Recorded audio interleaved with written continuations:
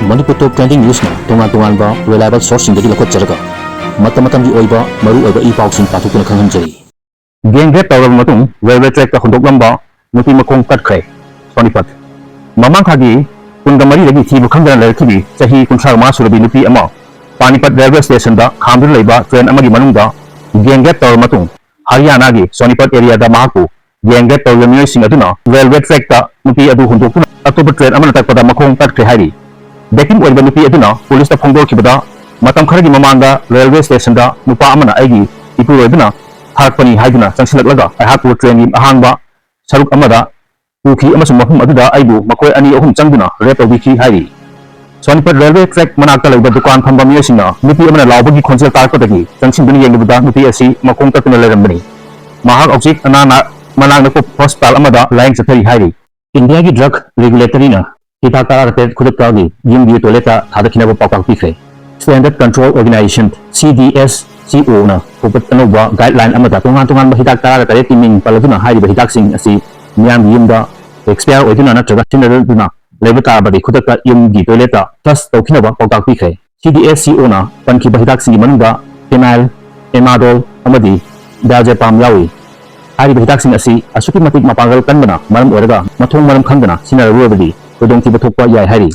Mumbai ta yumhum oiba medical college amagi pharmacist na phongdok kibada hariba hidak sing asi aranba moongda natraga soibadagi dos lana angang sing yumda yokpa hui hawdong amadi immune system solaba ahal sing da sasin kiba tarabadi laikana na bafona bada kudong sa da kaya mayap na batana tana miyo adugi thawai paw mangba yai haiki drug sing asi manunda diazepam natraga diazepam drug asi mamangai hauna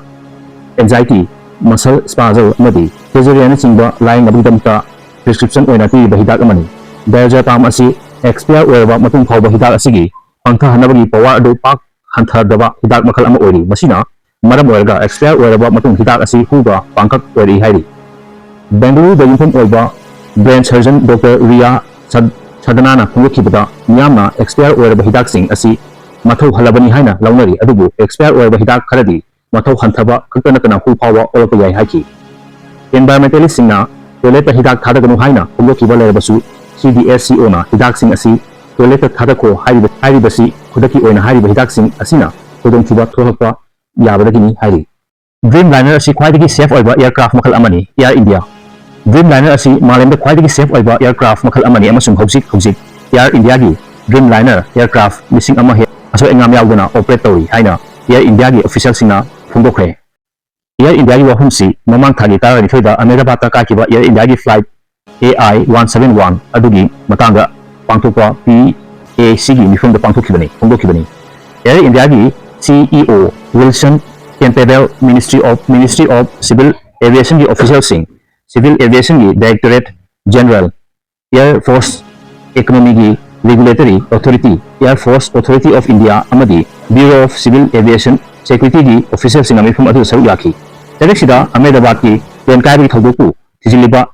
Aircraft Accident Investigation Bureau AAIB na Ministry of Civil Aviation da makoina ihumbagi thabak chatharkiba adugi matung ina ahanba report pikatkhre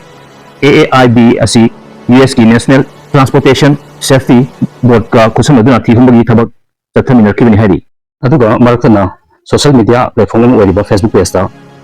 ngasi mak nahasina boil down lakliba pressure sing lakliba masibu asin khomjan ba moina porong ngam khumna post tharapa wai kharadan patukuna khanjang gi myabasu andakse tengoloi sing khara wakhal thenba societal tendency gi chang wangkhalakli